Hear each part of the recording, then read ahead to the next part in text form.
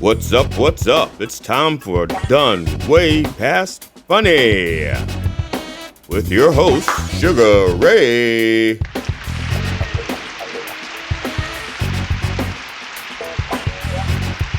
And G.D. Fenderson. Join us as we take a look back at the first time comedians took the stage with this week's guest, Sandy Bernstein. It's time to get down and get dope with Done Way Past Funny.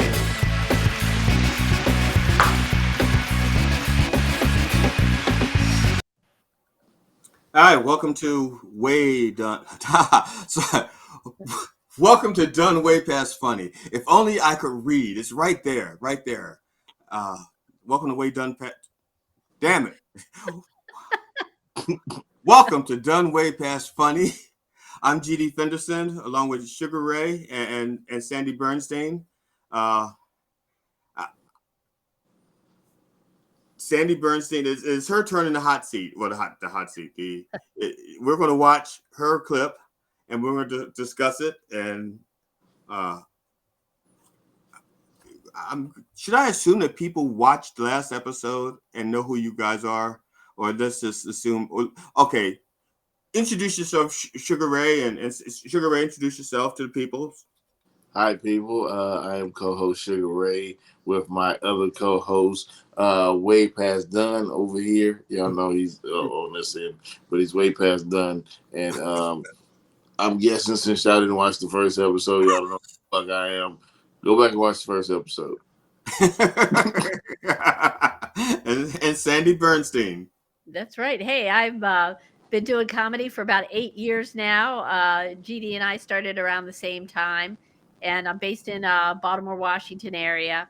And yeah, I've done a little bit of TV that you haven't seen. Like I have a recurring episode on a show called Lockdown Living Room Comedy Show, and by day I'm an editor.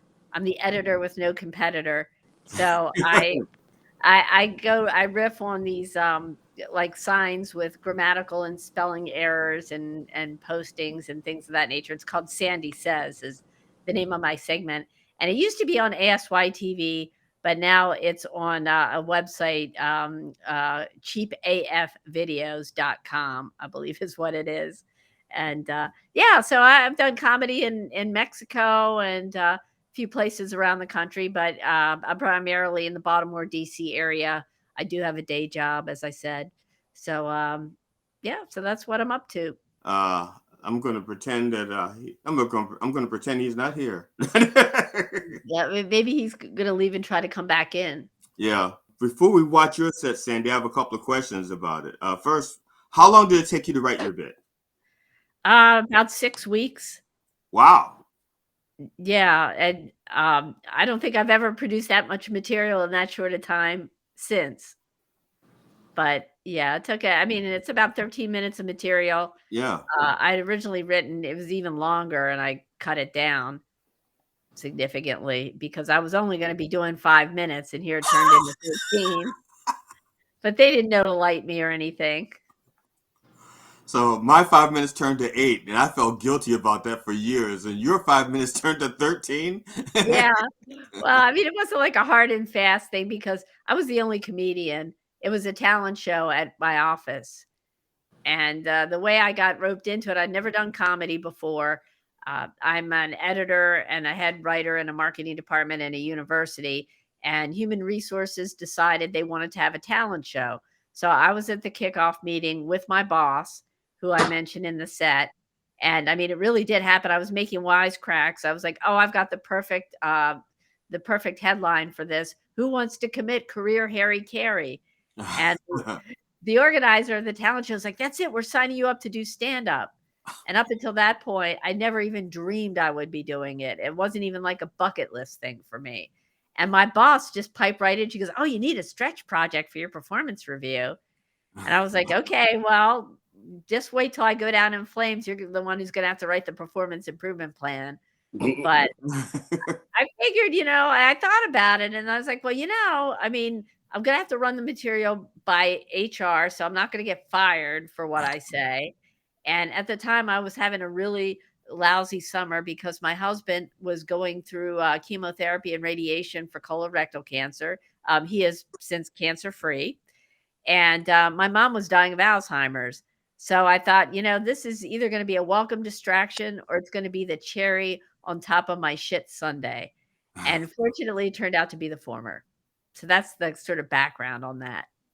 Now is Not this that you asked, but now is this your current husband, Tom, yes, too, that had the yes, cancer? this was Oh, Tom too. Yes, okay. Not that people knew that you had two husbands. See, but I know a little bit about Sandy that's because right. Yes, yeah, I my first husband's name was Tom. Second husband's name is Tom. So my friends call him T1 and T2. and that way you don't have to learn a new name. Exactly. It's I mean, very I mean, convenient. I don't yeah, have to worry about yelling out the wrong name, yeah, because it doesn't matter who you're thinking of, you're calling the same name. Right. Yeah, my wife calls me Tom also, but it's because of Tom Brady. She's from Maine. Oh, okay. Now, so how long did it take you to learn it? About that same amount of time. I mean, I guess I was learning it as I was writing it. And I mean, I just practiced it nonstop. And my poor husband, he had to hear it 1,000 times. He hasn't listened to my comedy since, but he was very after that, he's like, I've done my obligation for a lifetime. But no, I just practiced it incessantly. I mean, it's all I did for like 6, maybe it was closer to 8 weeks.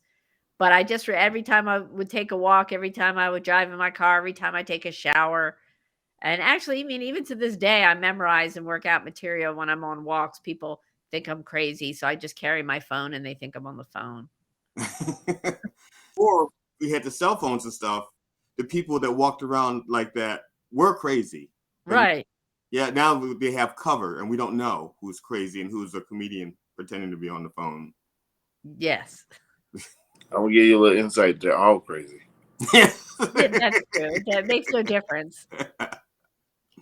Now, be, before I hit the play button on the first segment, because we divided your set into 4 segments, and before I Okay. hit it, I affectionately refer to you as the queen of mom jokes. Okay. And it's I you found your niche. Like a lot of people they start off one way and then they develop into something else. Mm-hmm. It's like, oh, that's not working. I'm gonna stop swearing so much. Oh, that's not working. I'm gonna stop doing this. That's not working. But what you did then worked then, and it works now. So like you hit the stage, fully developed Sandy. Yeah, I mean, actually, after that, I was struggling to find it because it was just it was almost kind of like a fluke. It was like I was in my home stadium, so to speak. Mm-hmm. There were a lot of inside jokes. I didn't have to set up a lot of things because people got it because we all work for the same organization. So I thought it was always going to be like that. Talk about chasing the pink cloud, and it Is there legitimate comedic influence on you? I mean, I could tell you like who my favorite comedians are. I mean, I grew up listening to Lenny Bruce because my parents were huge Lenny Bruce fans, and then Richard Pryor, and now one of my favorite comedians is Miss Pat. I don't know if you're familiar with her, but she's really funny, very very for real. I like her. Does she So have a show on yeah, I think she does. I think it's on BET, maybe. I can't Miss remember. Pat show. But yeah, she comes into town. The thing, I mean, that impresses me about her is she's just very real. And every time I've seen her, I saw her like 3 times in the course of 3 years, and each time she had a completely different hour, Yes. which just blew me away. And she's very much who she is. Doesn't pull any punches, and is very funny. And she has a really good autobiography out called Rabbit. And I don't usually get into autobiographies, but this one is really good. It's worth a read. Cool. So, but obviously she's not like an influence. So I'm just saying, like, Yeah. there's no one that you patterned yourself after. when you went on stage. So. Yeah, no, I don't think so. I mean, I mean, people think I look like Ellen DeGeneres, but that's more the haircut than the delivery, I think. Yeah, It's probably black people that say that because a white person would be able to tell you apart. I'm just saying. I don't. That's it. I'm sorry. Your words, not mine. I'm not arguing. And you're not correcting. No. All right. Well, let's see here. Okay, one other question before I hit the play button. Is there anybody, because you've been doing this for like 8 years now? Yeah. You've been doing this for 8 years now. Is there anybody that could be sitting in the audience that would make you nervous? Well, luckily the president of the university didn't come in until after my set. So that would have made me nervous. But nowadays, I mean, I guess anybody that could potentially put me on late night TV or book me in I mean, there are plenty of people that I guess it would make me nervous more from, I guess, a professional standpoint, but from a personal standpoint, for that particular set, not really other than like, say, the president of the university. But, other sets, I talk about my husband a lot more now, and that's why he doesn't come to my shows. But it's usually good. Yes, I know. I wish he was hearing this, but he's running the water. But yes, I don't say mean things about him, but he still doesn't like it. But so I mean, maybe my ex-husband, because I do say some mean things about my ex-husband. So I feel uncomfortable if one of his family members were in the audience. I'd probably do a different bit. But don't they know what he's like? I mean, they do. Yeah. They do, but I mean, would they hear it and go like, she's right, but I wish she didn't say it? Or would they say, she's making that up. He can't be that bad. Yeah. Maybe a little bit of everything. I mean, it's not like journalism where you have to report the truth. It's more like marketing. You can spin things a little bit for comedic effect. I'll just say that much. Some people might think, well, literally that never happened. Well, yeah, it didn't happen, but it happened all up here. That's what exactly. Happened. Yes. It's like the disclaimer they have at the beginning of movies. Some events have been altered or changed or compressed for time. Yes, like when any resemblance to reality is purely coincidental or something like that, or to real events. Yeah. Even if I use their real name. Yeah. Yeah. All right. We're going to do your... call him Tom. Yeah, we're going to do your first set. Thank you. Laughing already? Just to be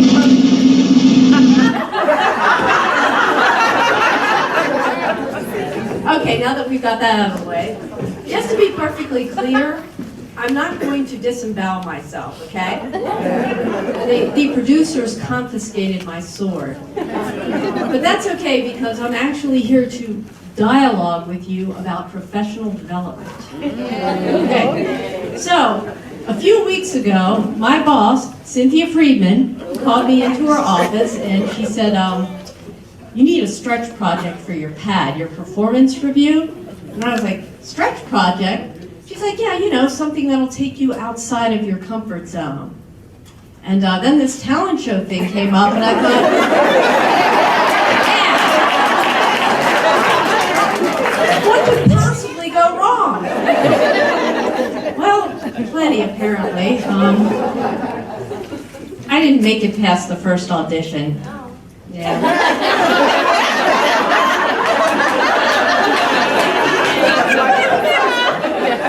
Evidently, twerking is frowned upon in this organization. As is pole dancing.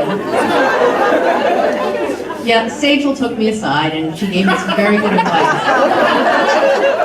She said, Sandy, that's not really in keeping with your job retention strategy. I was like, yeah, it's got a point there, considering.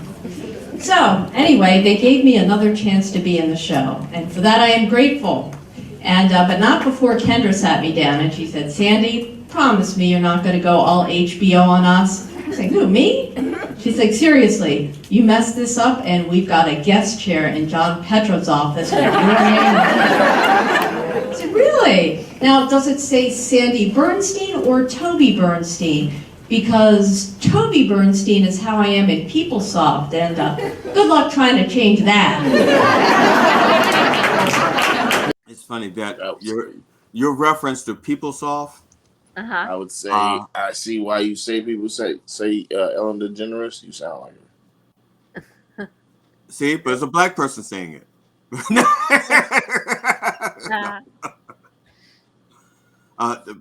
But it's funny that the PeopleSoft, that is like very work related, and everybody knows. A lot of it is, yeah. But the way you delivered it, it kind of reminds me. I was watching a comedian who was talking about something I had no knowledge of. Mm-hmm. I had no knowledge whatsoever, but the way they delivered it, I appreciated the joke. Mm-hmm. I said, okay, I even though I don't know what it is, I get it. But they knew what it was, so they really got it. Right.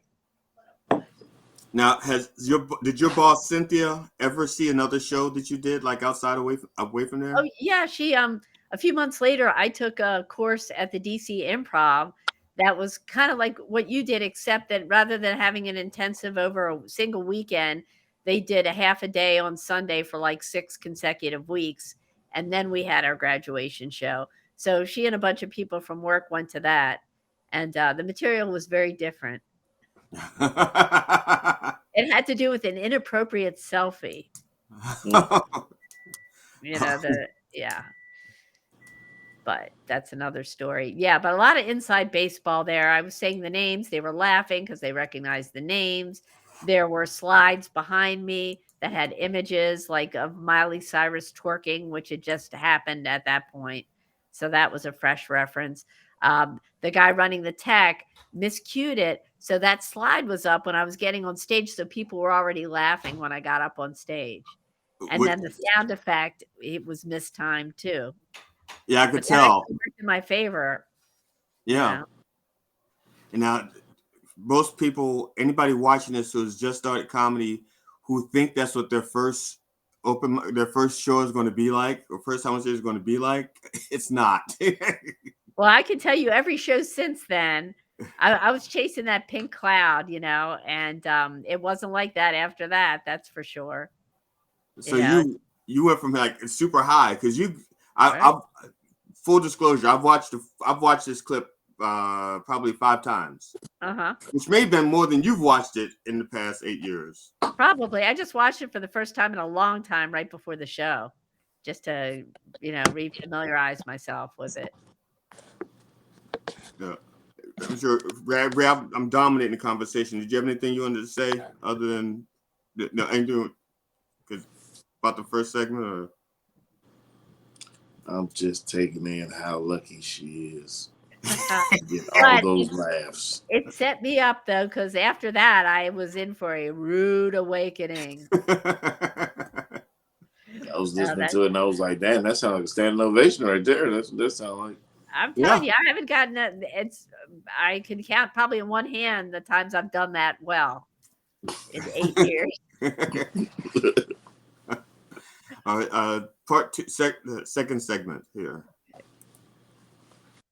So anyway, in the spirit of professional development, because that is, after all, what I'm here to talk about, I get a number of different career-oriented blogs, such as LinkedIn's Pulse. Does anybody here get that?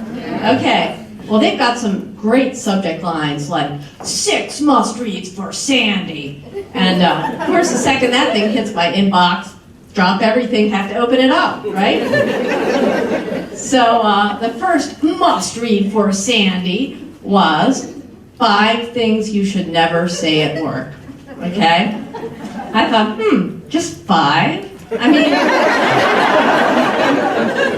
follow me around for a day. I could give you a couple more. So anyway, the first one on the list was of things you should never say at work was, because we've always done it that way.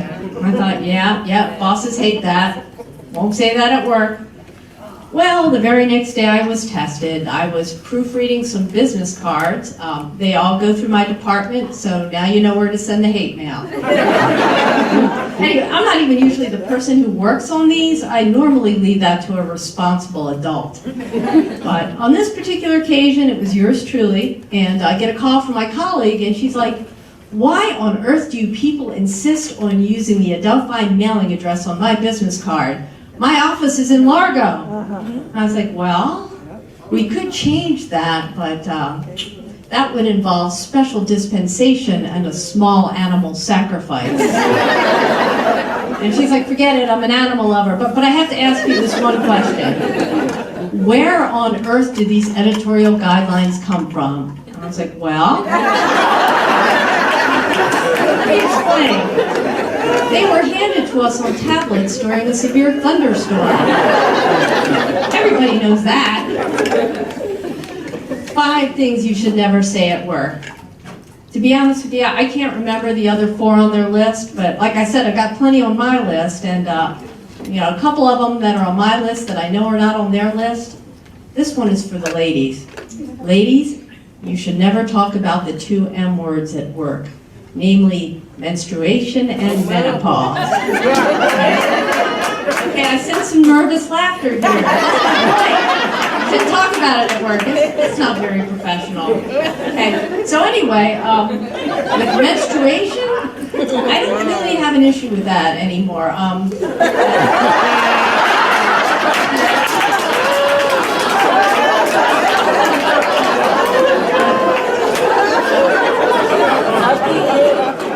Despite my youthful appearance, my Aunt Flo left town many moons ago.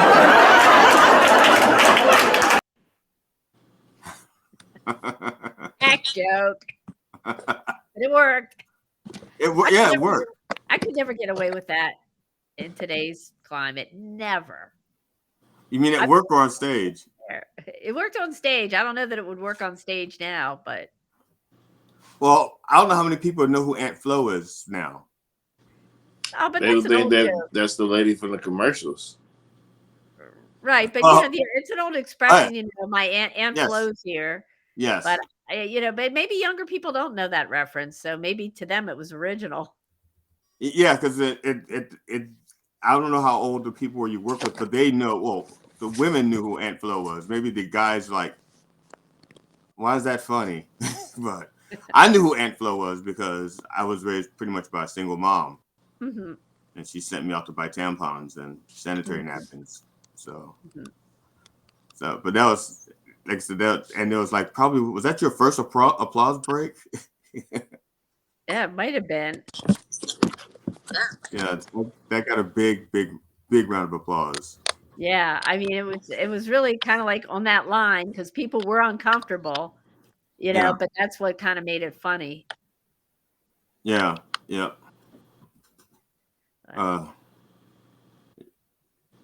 You anything, Sugar Ray? I'm call you Ray, damn it. I can get distracted by phone calls. I'm sorry. I don't know what the hell's going on. Oh, okay. No sweat. But We'll no, go to that was funny though. That was funny. Thank you. third. Talk about beginner's luck. Yeah, I mean you had, like I said, it's anybody else. It's funny because I've seen a lot of first timers, and I'm sure you have too. Yes, especially at Mike's, and they're not this good. They're not. What you did, like I said, it's like how goats and deer and some animals are born walking. It's like they have 30. It's 2 minutes. You're walking, and that's what it's like. Right. It's like, okay, I'm walking. You hit the stage running. Right, but I can tell you that every show after that, I was telling you before we hit record that I should have dug up a set of me trying to do that material at a bar, and you could see just what happened. Big bomb. They were like, "What is she talking about?" Exactly. What is that? Yes. And I didn't have Don't bring that office mumbo jumbo here. We're trying to get drunk. Right, exactly. It was, like I said, it was a rude awakening. Yeah, that's what we were talking about. What we were talking about before we hit record, when we was Yeah. talking about people being cafeteria funny in high school. Yeah. Yeah, how when you're in high school, it's easier to be funny because everybody knows who you're talking about. You don't have to explain anything. Right. Yeah. So this was water cooler funny. Yeah, yeah. After you graduate from high school and you start working, earning a paycheck. Yes.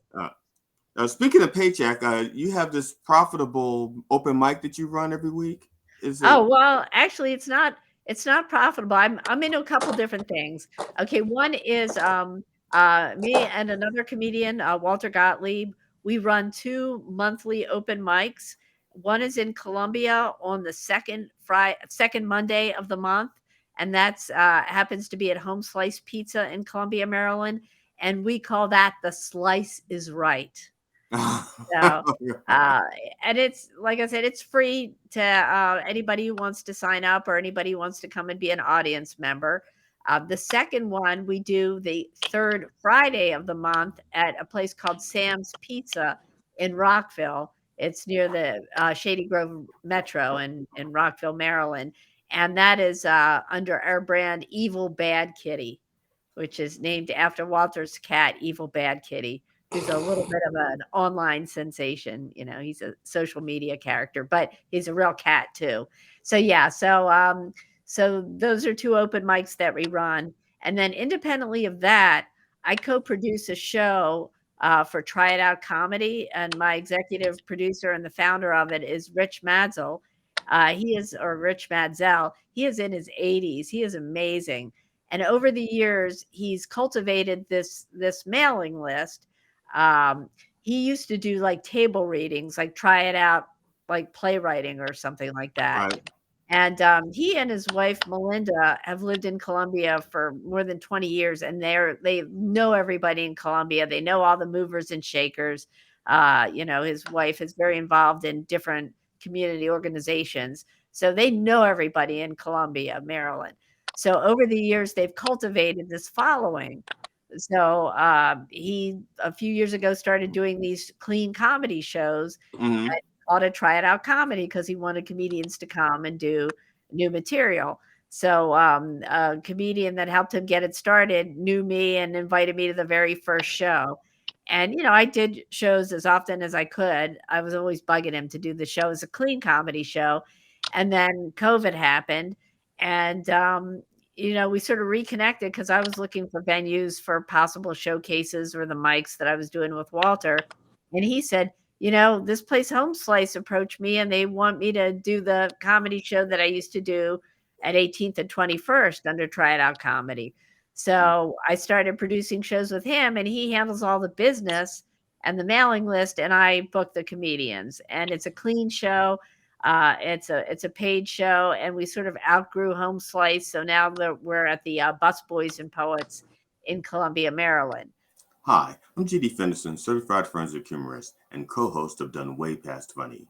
This episode with special guest Sandy Bernstein ran way beyond our 30-minute runtime for our show, so we made it into 2 30-minute shows.